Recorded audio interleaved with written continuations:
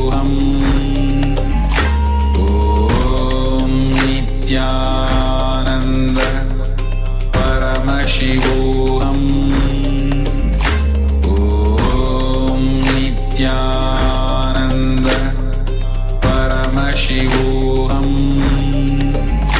Om Nithyananda Paramashivoham Om Nithyananda Paramashivoham Om Nithyananda Paramashivoham Om Nithyananda Paramashivoham Om Nithyananda Paramashivoham Om Nithyananda Paramashivoham Om Nithyananda Paramashivoham Om Nithyananda Paramashivoham Om Nithyananda Paramashivoham Om Nithyananda Paramashivoham Om Nithyananda Paramashivoham.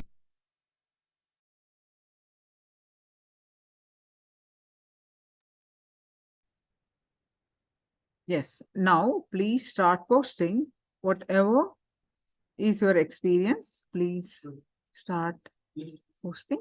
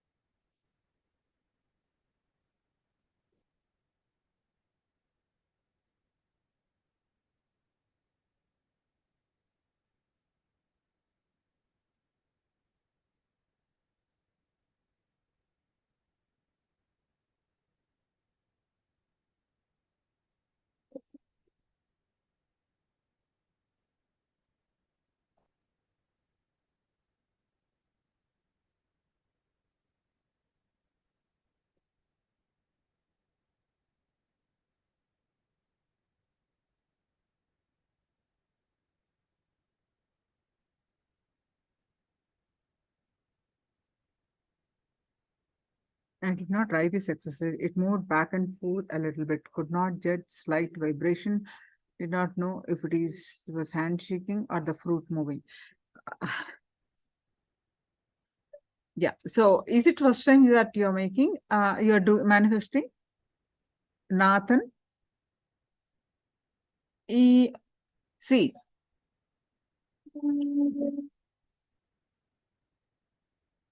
Whether you manifest or not, okay, whether it is actually manifested or not, the first thing that we need to drop is this kind of wavering, whether it's happened or not.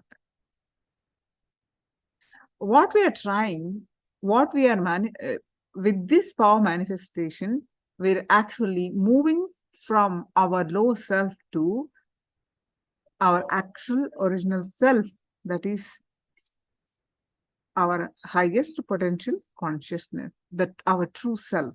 So while moving that, anything,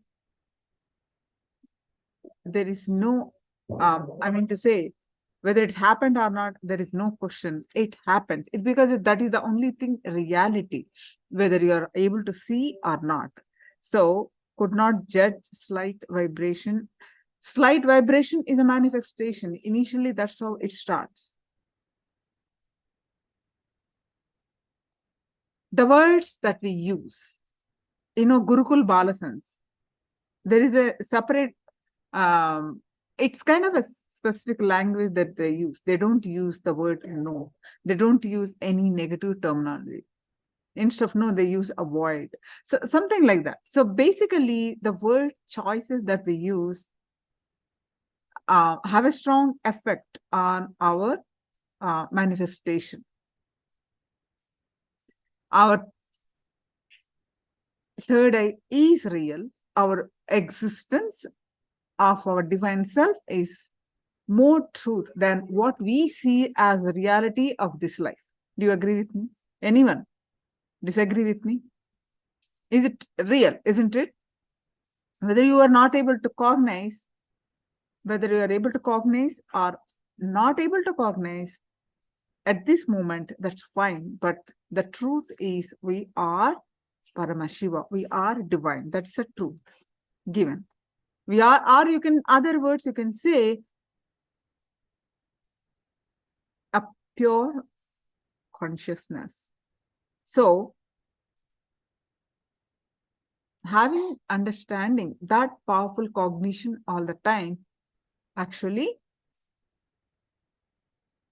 resolves so many issues that we face every day on a day-to-day life.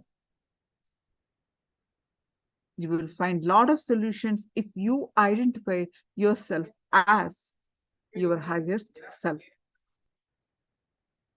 which is the truth. Okay. The Atmalinga rolled in my hand.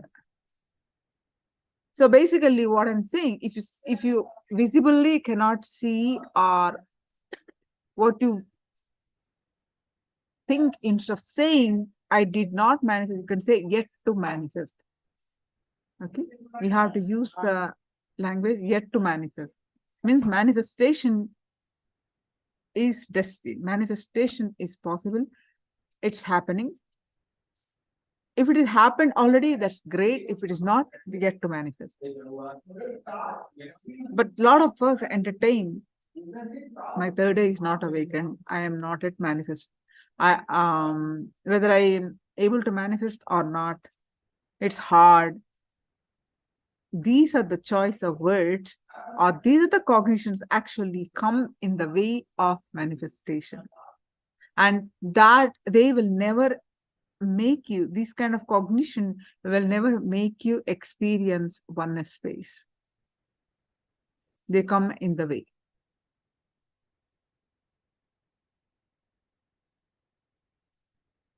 All right, so now let's move on to our next session. Any questions, please do let me know.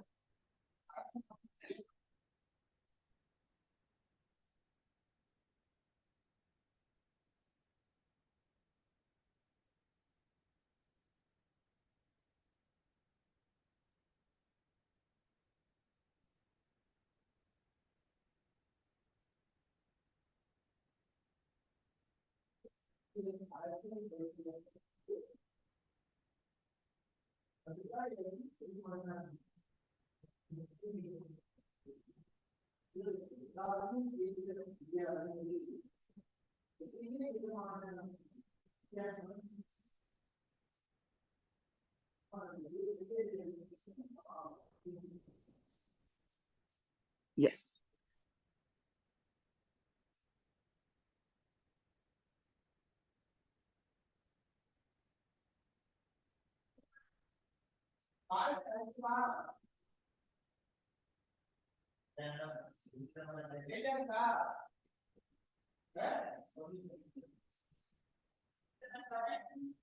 Causing others' reality.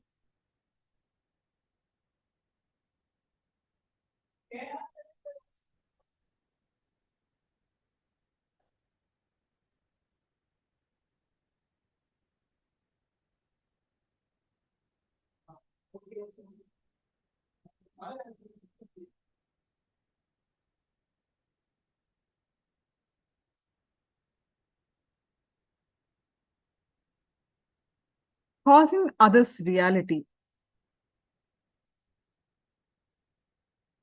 Why we need to cause others' reality?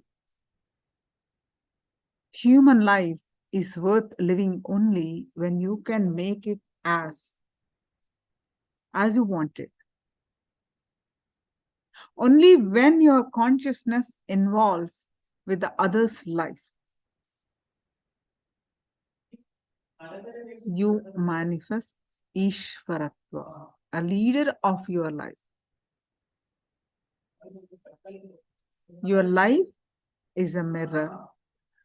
If you allow anything to make you powerless, if you allow anything to make you powerless, that will be constantly shown to you as a mirror.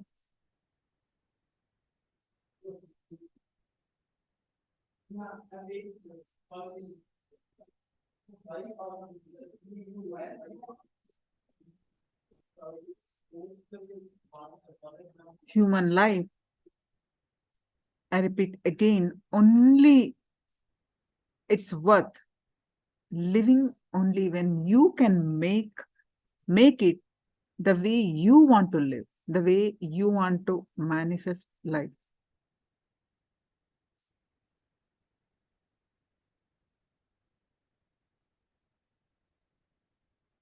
Only how that can be possible?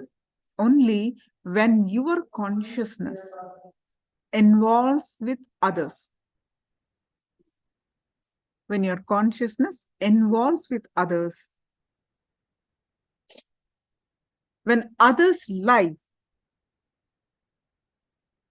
you manifest Ishvaratva, the leadership consciousness, the logic of consciousness.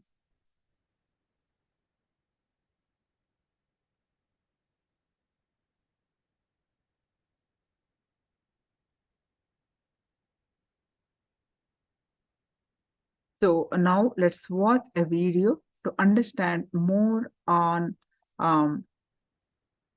Swamiji explaining about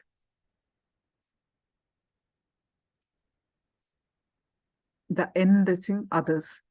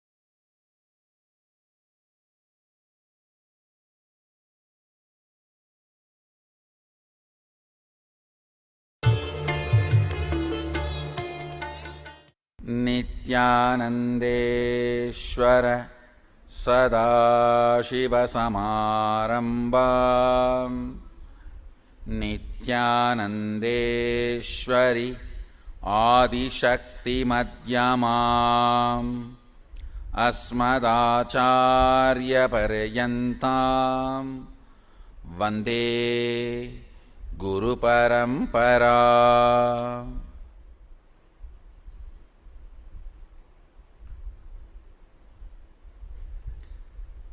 I welcome all of you with my love and respect.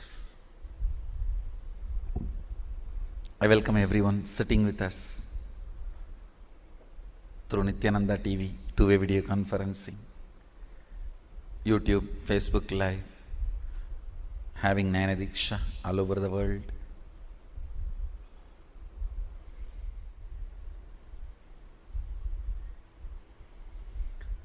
With their blessings, let's start the initiation. Today, I am going to connect the length, breadth, depth with third eye and body scanning and healing. Listen, still some of you may not be completely manifesting the earlier initiation, but you don't have to worry. That is the way sometimes your system functions. After I tell 50 jokes, you will start laughing for the first joke. You will understand the first joke. No, that goes on, that happens, what to do? So, after I finish the 50 initiation, I can read third eye. அது போன சதாசிவத்துக்கு கொடுத்த தீட்சடா. அது initiation கொடுத்து 1 வருஷம் ஆயிடுச்சு. But what to do? There are some people only. This is the logic with which they function. And it's okay. At least they function. See, fundamentally, I am doing something which is unprecedented, to tell you honestly, which was never done earlier. So the product I am delivering also is unprecedented. So the integrity I demand also is unprecedented. The kind of a whole life need to be just opened and intensified.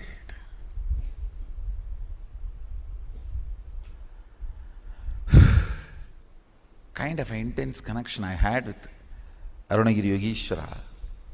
Even with that connection, it took 9.5 months to fully download the whole thing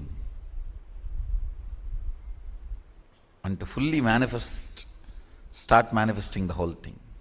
With this initiation, you can change the size, shape of the organs.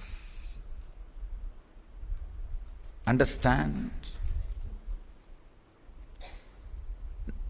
Just this one initiation, if you all master, you can just go on living whatever time you want. Because you just need to alter your organs and rejuvenate and freshen up, that's all.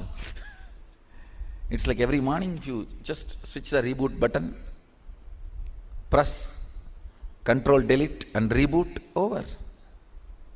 You go on living.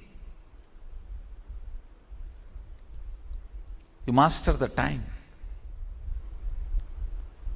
I know a lot of fundamental principles need to be understood.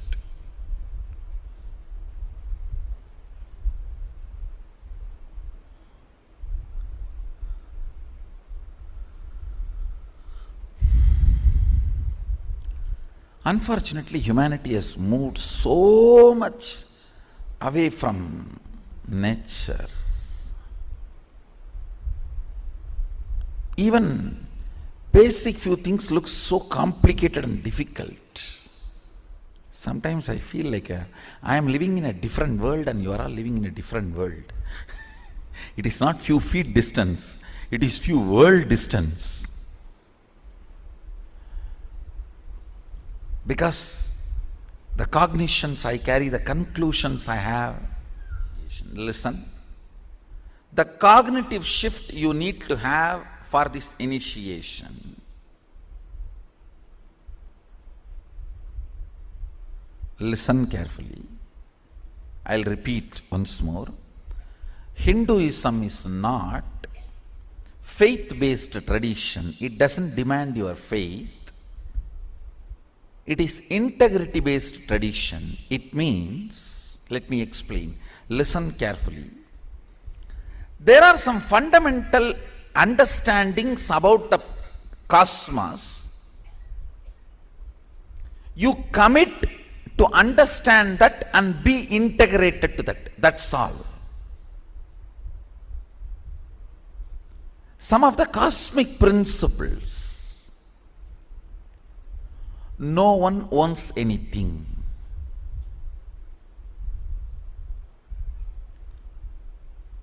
Only violence is sin. I am not saying you can go and rob. If you rob and that fellow is affected by it, you will incur sin, because his suffering will create karma for you. But if nobody suffers, there is no suffering at all, you don't get any karma. Understand? You can't say, oh, let me just rob the water of the river. No. In Hindu tradition, even the river is a living energy.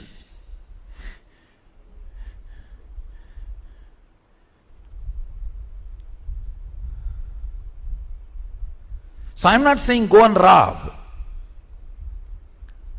All I am trying to tell you is, what is right, what is wrong, you need to know, so you can constantly function based on cosmic principles. Violence is the only sin.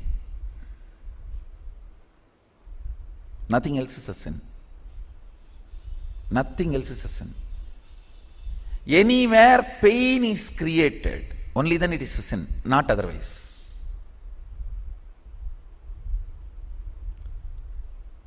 But if someone blackmails you, oh, don't do that, then I will become painful, that doesn't come as a karma to you. One of my relatives threatened, blackmailed that she will commit suicide if I become a sannyasi. I said, quickly finish it, let me finish all the last rites and then I'll go. I said, quickly finish. I have only few more days to go. Let me finish your last rites and then I'll go. She did not commit suicide. She started screaming, how dare you tell that I should die? I did not tell you should die. You only said you will die. Why should I die? For your sake? I said, I did not tell you to die. That is what I wanted. I want you to live long, happily, live happily.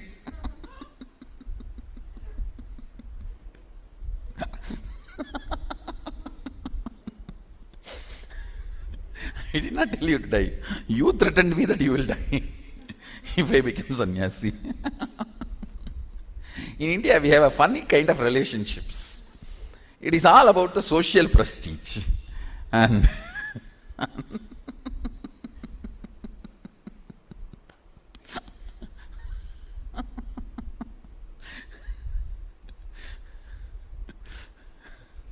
one of my uncle, I should describe the whole thing in Tamil and translate, only then it will be really wonderful.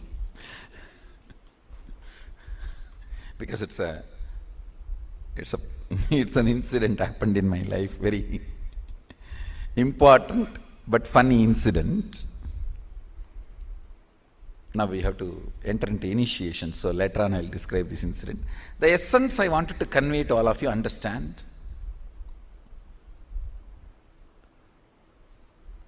Decision to understand, come to cosmic conclusions inside you and be integrated to that is what is integrity.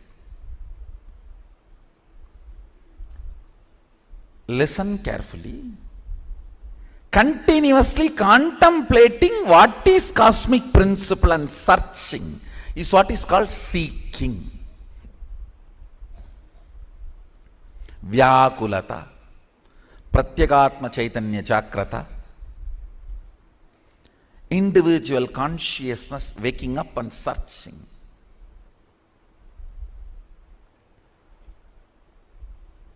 Every moment thinking, what is the cosmic principle I am supposed to follow now in this situation? And going on aligning ourselves to it.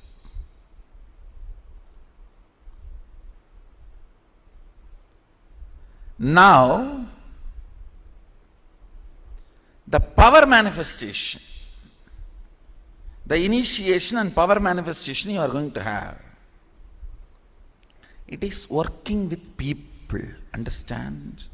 You are going to be healing others. So the cosmic principle for which you need to be in tune, you need to be integrated. Let me heal the whole universe. Let me enrich and cast the whole universe. Life is for others. Understand? Because whatever you think as you is stinking so badly, it cannot be cleaned now. Decide life is for others. Whatever you think as you which is stinking will automatically dry down. So your idea about you also has become stinking like that.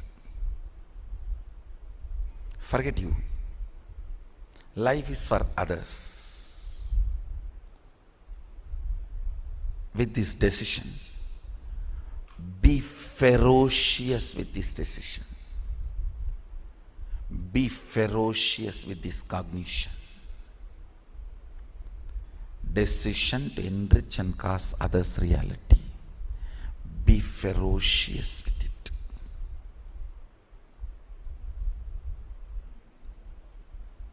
Few minutes before entering into initiation, pen down all the incompletions you want to complete, impossibilities you want to break, guilts you want to burn, anything you want to get rid, pen down, even if it is your mother-in-law. Whatever you want to get rid in your life, pen down. Whatever you want to complete, pen down.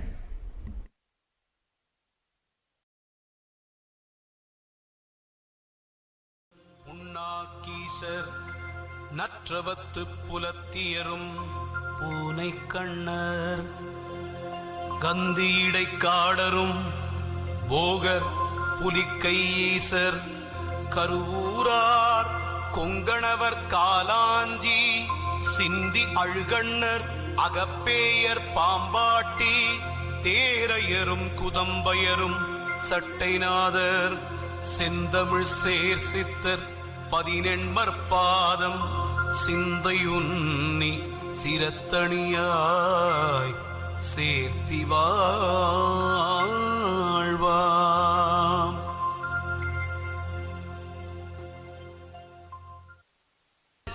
Let's start the initiation.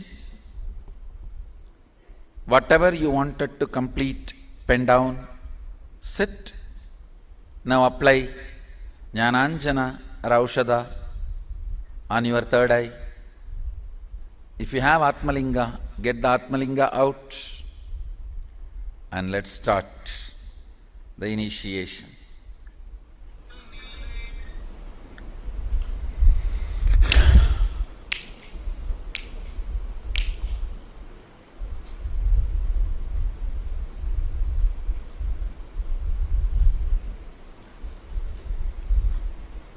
Om Nithyananda Maha Sadashivoham. Om Nithyananda Maha Sadashivoham.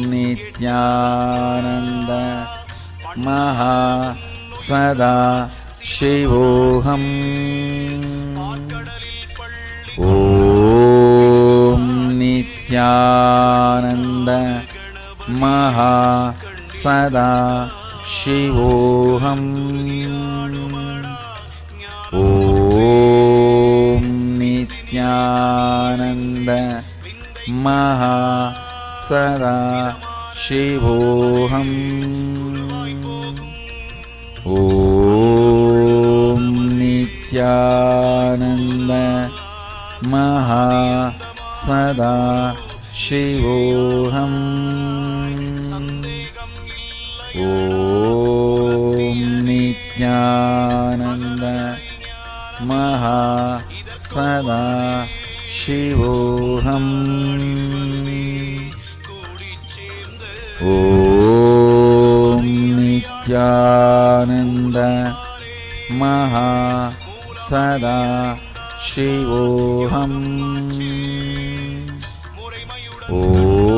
ஓம் நித்யானந்த மகா சதா சிவோகம். ஓம் நித்யானந்த மகா சதா சிவோகம். ஓம் நித்யானந்த மகா சதா சிவோகம். ஓம் நித்யானந்த மகா சதா சிவோகம்.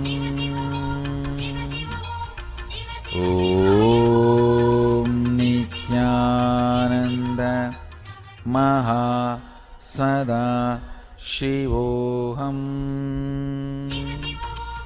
ஓம் நித்யானந்த மகா சதா சிவோகம். ஓம் நித்யானந்த சதா சிவோகம். ஓம் நித்யானந்த மகா சதா சிவோகம். ஓம் நித்யானந்த மகா சதா சிவோகம்.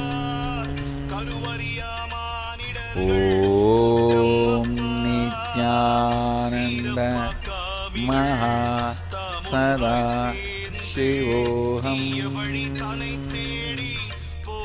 ஓம் நித்யானந்த மகா சதா சிவோகம். ஓம் நித்யானந்த மகா சதா சிவோகம். ஓம் நித்யானந்த மகா சதா சிவோகம். ஓம் நித்யானந்த மகா சதா சிவோகம். ஓம் நித்யானந்த மகா சதா சிவோகம். ஓம் நித்யானந்த மகா சதா சிவோகம்.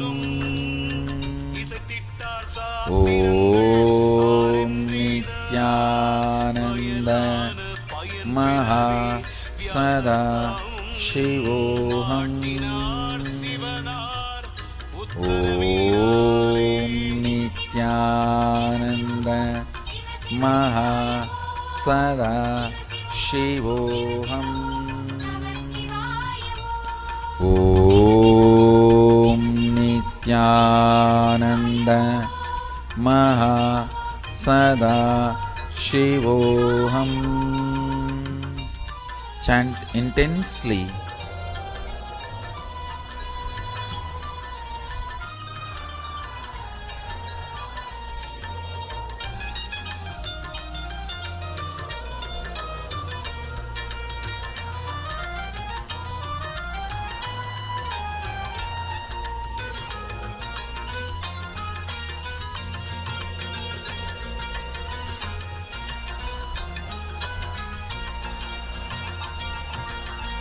உத்தாரம் இப்படியே புராணம் காட்டி உலகத்தில் பாரதம் போல் கதையுண்டாக்கி கர்த்தாவை தானின்று தோணபொட்டா கபட நாடகமாக மேதஞ்சேர்த்து சத்தாக வழியாக சேர்ந்தோர்க்கில்தா சதியுடனே வெகு தர்க்கம் பொருள் போல் பாடி பத்தாக சைவர்க்கு ஒப்பனையும் பெய்து பாடினார் சாத்திரத்தை பாடினாரே பாடினதோர் வகையேது சொல்ல கேளு.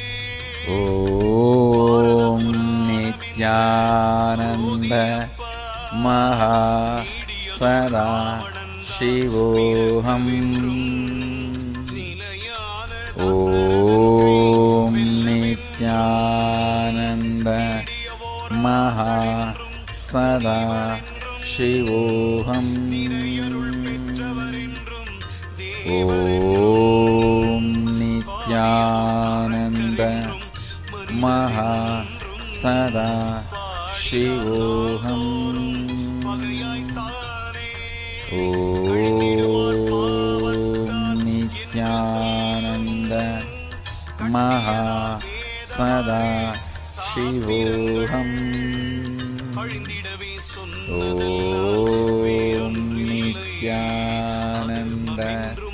மகா சதா சிவோஹம். ஓம் நித்யானந்த மகா சதா சிவோஹம். ஓம் நித்யானந்த மகா சதா சிவோஹம். ஓம் நித்யானந்த மகா சதா சிவோஹம். ஓம் நித்யானந்த மகா சதா சிவோஹம். ஓம் நித்யானந்த மகா சதா சிவோஹம். ஓம் நித்யானந்த மகா சதா சிவோஹம். ஓம் நித்யானந்த மகா சதா சிவோஹம்.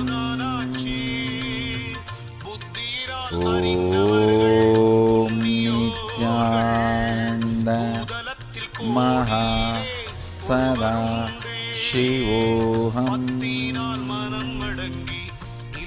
ஓம் நித்யானந்த மகா சதா சிவோஹம். ஓம் நித்யானந்த மகா சதா சிவோஹம். ஓம் நித்யானந்த மகா சதா சிவோஹம். ஓம் நித்யானந்த மகா சதா சிவோஹம். ஓம் நித்யானந்த மகா சதா சிவோஹம்.